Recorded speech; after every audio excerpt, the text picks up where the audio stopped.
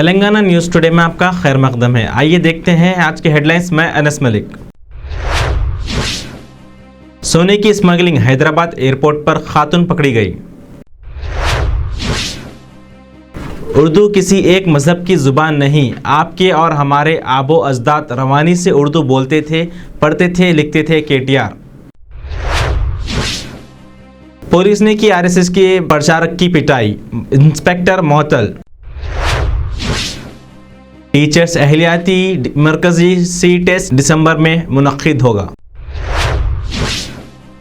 RSS chief Mohan Bhagwat को असदुद्दीन ओवैसी ने जबरदस्त जवाब दिया। आईपीएल के साबिक चेयरमैन ललित मोदी ने सुष्मिता सिंह के साथ तस्वीर शेयर करके पब्लिक को चौंका दिया।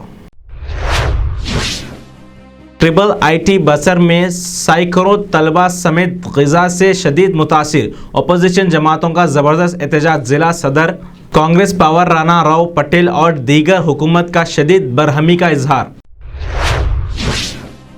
तेलंगाना सैलाब ज़दा देहात में हेल्थ कैंप्स, मौसमी बीमारियों से मुतालिक आगाही बीमारियों से बचाने प्लान तैयार करने की हिदायत, वज़ीर सेहत टी हरीश राव।